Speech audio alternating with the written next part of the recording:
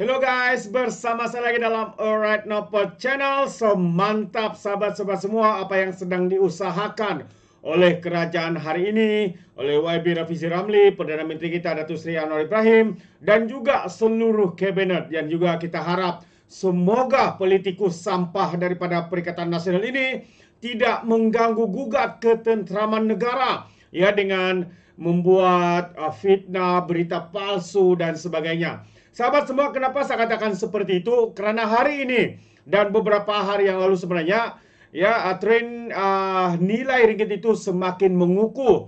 Dan kalau kita lihat hari ini, walaupun politikus-politikus daripada Perikatan Nasional Pembangkang walaupun ini mengatakan nilai ringgit jatuh, itu semua pembohongan semata-mata.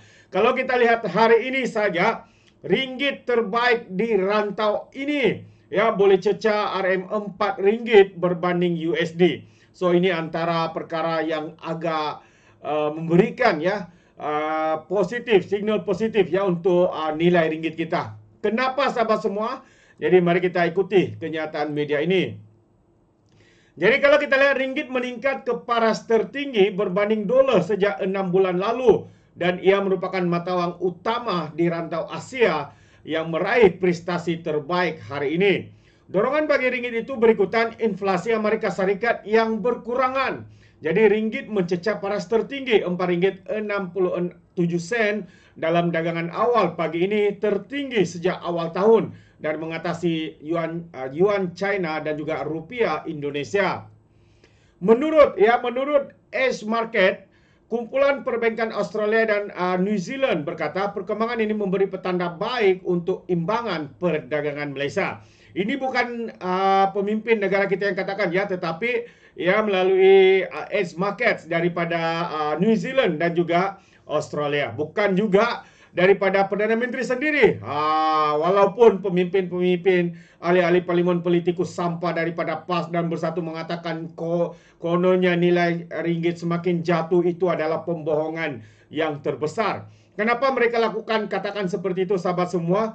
Kerana mereka mungkin lebih suka kalau nilai ringgit kita itu semakin jatuh, bukannya mengukuh seperti mana yang berlaku hari ini. Itu maksudnya apa? Mereka mengharapkan ekonomi negara kita jatuh. Kerana apa? Tujuan politik semata-mata. Yang kedua, kami menjangkakan pengurangan defisit pada akaun kewangan berikutan aliran pelaburan langsung asing bersih yang lebih tinggi, kata kumpulan itu dipetik Milli Mail hari ini. Mengulas prestasi mata wang negara, Ketua Ekonomi Bank Muamalat Malaysia, Dr. Afzal Nizam berkata, inflasi utama Amerika Serikat dan teras menurun lebih daripada jangkaan pada 3.0% dan 3.3% pada Jun berbanding ramalan yaitu 3.1% dan 3.4%.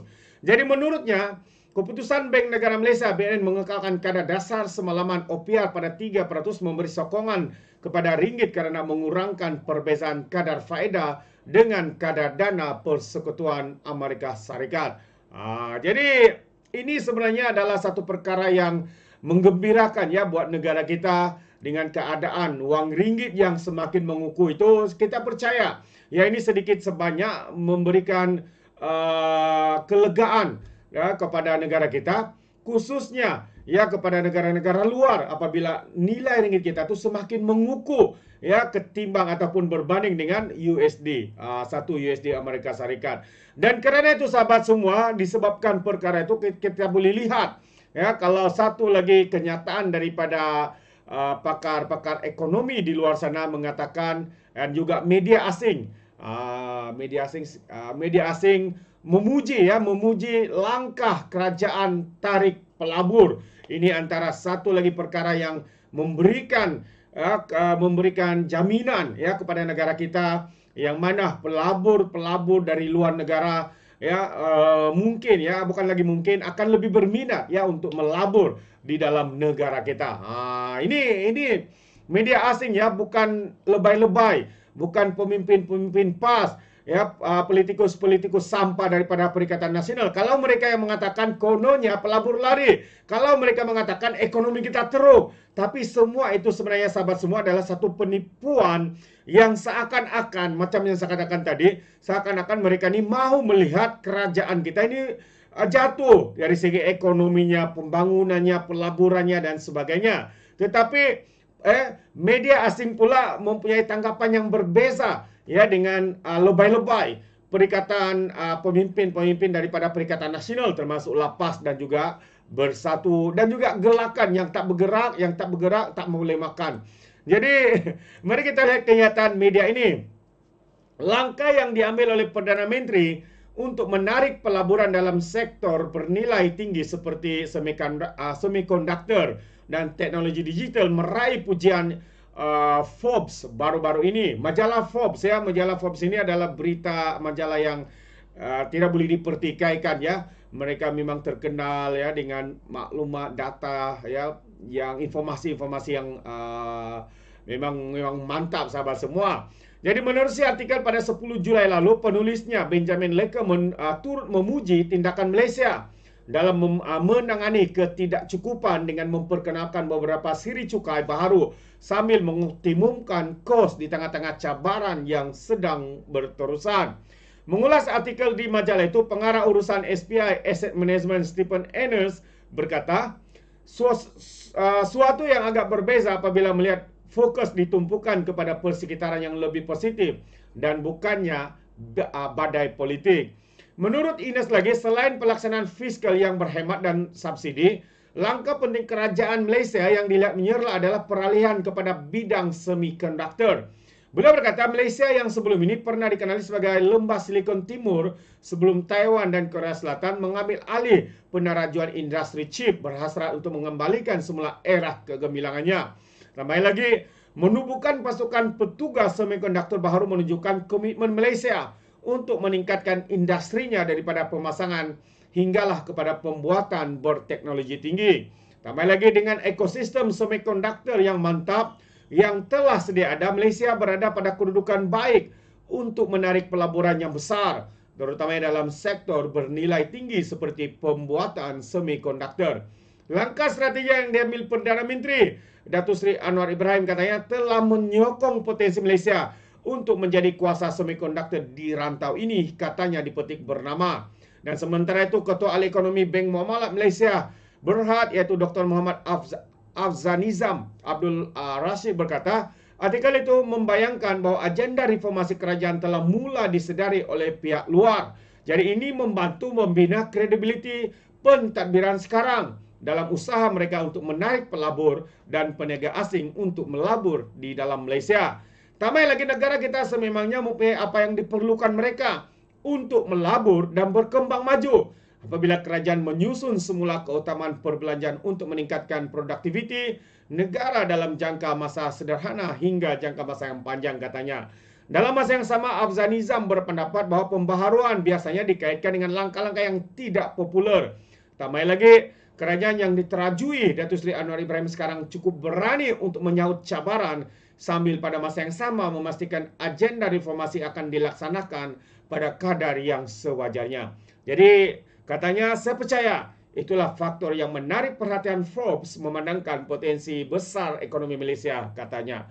Wow, kita bangga sahabat-sahabat semua sehingga negara-negara luar, majalah-majalah asing, media-media asing ya turut memberikan perhatian kepada negara kita kini ya berkaitan dengan tindakan daripada kerajaan, keputusan-keputusan daripada kerajaan yang dilihat tidak populer tetapi sebenarnya dalam masa sederhana ini mungkin juga dalam masa jangka panjang akan memberikan manfaat kepada negara kita. Buktinya apa? Hari ini dan pagi tadi juga saya mengongsikan bagaimana seorang pakar ekonomi melihat bahwa negara kita, ekonomi kita ya berada pada landasan yang tepat. Ya, pembangunan, ya bursa saham, nilai ringgit, pelaburan yang dikatakan oleh pihak pembangkang tidak berkembang itu pembohongan. Ya, pakar ekonomi daripada luar mengatakan negara kita berada pada landasan yang tepat. Mungkin kita akui mungkin ada sedikit sebanyak ya memberi kesan juga kepada rakyat, tetapi kesan ini sebenarnya bukan berlaku hari ini, bukan juga berlaku ketika kerajaan perpaduan ini ditubuhkan, tetapi ia berlaku sejak apabila langkah syaitan, langkah syaitan itu dimulakan dengan pengkhianatan, dengan menebuk atau menyebabkan negara kita berada di ambang kegelapan ketika kerajaan itu memerintah, yaitu Kerajaan Perikatan Nasional, PAS, Bersatu dan juga Gelakan, sahabat-sahabat semua. Dan sebagian itu juga adalah pemimpin-pemimpin daripada UMNO yang menyokong Muhyiddin menjadi Perdana Menteri. Dan hari ini kita lihat dengan jelas media asing, pakar-pakar ekonomi daripada dunia luar sedang memandang, menjadikan negara kita fokus ya kepada mereka. Ya, mereka menganggap negara kita berada pada landasan yang tepat, dan karena itulah kita boleh lihat pelabur-pelabur semakin tertarik ya untuk melabur di dalam negara kita. Ini fakta. Walau bagaimanapun politikus-politikus sampah Perikatan Nasional, politikus daripada walaun-walauntit, lebay-lebay mengatakan ekonomi kita gagal. Yang gagal itu adalah mereka. Kenapa mereka masih meroyan sampai ke hari ini? Karena mereka berharap begitu kepingin sangat untuk menjadi kerajaan. Presiden lebay pas mengatakan sudah cukup jom lah, lebih dari cukup untuk tubuh kerajaan. Ya, itulah kerakusan mereka untuk berkuasa, sahabat-sahabat semua. Tapi bila mana mereka diberi kuasa, diberi mandat, apabila mereka memerintah dalam masa 33 bulan, negara kita menjadi tunggang langgang, huru hara dari segi ekonominya, pembangunannya, ya, ringgit, inflasi, barang-barang keperluan asas entah hilang kemana, nilai harga barangnya meningkat dan sebagainya. Hari ini satu demi satu perkara itu sedang diselesaikan, sedang ditangani oleh kerajaan perpaduan di bawah pimpinan Perdana Menteri kita hari ini, bersama juga dengan Menteri Ekonomi dan seluruh kabinet yang sedang berusaha untuk memulihkan, membangunkan ekonomi kita yang gagal dipulihkan oleh kerajaan PAS, Bersatu dan juga Gelakan, dan ada daripada pimpinan UMNO sebelum ini. Jadi itu pandangan saya, sahabat semua. Adakah Anda setuju atau tidak? Anda boleh berikan komen atau pandangan dalam ruangan komen. Jadi terima kasih. Izinkan saya untuk mengundurkan diri, dan seperti biasa peribahasa mengatakan tapapun keangkap dua ton keinginan. Dalam bahasa Melayunya, tepuk dada, tanya selera. Sekian saja daripada Orang Dapat Channel. Saya kita berjumpa lagi. Bye-bye.